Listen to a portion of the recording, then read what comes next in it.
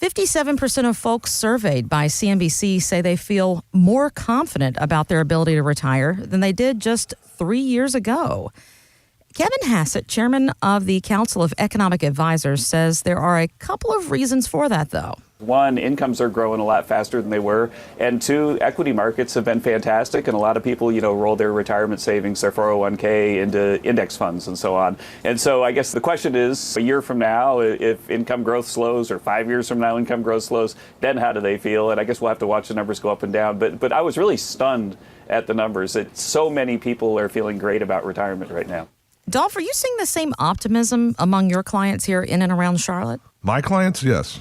Okay, good. People that are not my clients, not so much. Like prospects that come in, they're very uncomfortable. And I worked with Sally and Ken 3 years ago. They became clients of mine.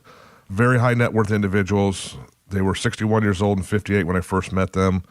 And they were in the situation where they're waiting for something to happen. And they're like, Dolph, we want to retire in 3 years, but we don't know if we're ready for it. And so what we did, and we worked our plan, and we put it together, met with them multiple meetings, and happy to say that they just retired last week. Nice. And they came in, they actually bought me a big fruit basket and stuff like that. It was really nice.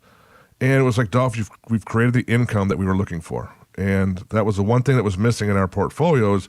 We were going up and down for so long with our nest egg, and through everything we were doing, you were the first individual 3 years ago showed us, hey, I don't care about how much money you have.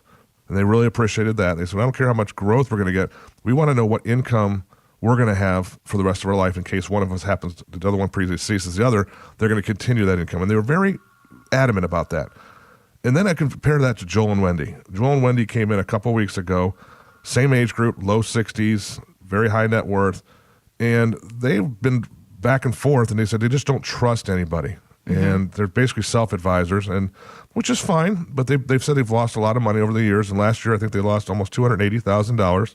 Which is a heck of a chunk of change in my book. Oh, my gosh, yes. And so they said last year when they lost this money, they decided to try an advisor in the area, and they put $67,500, a small amount, into an account with him and say, hey, what can you do with this thing? And a year went by, and the guy put the money in a fixed money market account, earning less than 1/10%. And the $67,500 they put in the account actually was worth $66,460. So it earned $60 in interest the whole year, but it would charge $80 in fees.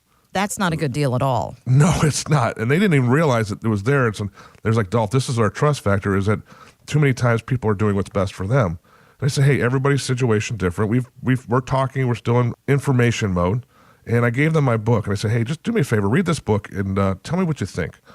And they said, just got published. And they said, okay. And they called me up yesterday on a Saturday, and I was just watching some TV, and they said, Dolph, we just finished your book, and we want to say thank you. We appreciate it.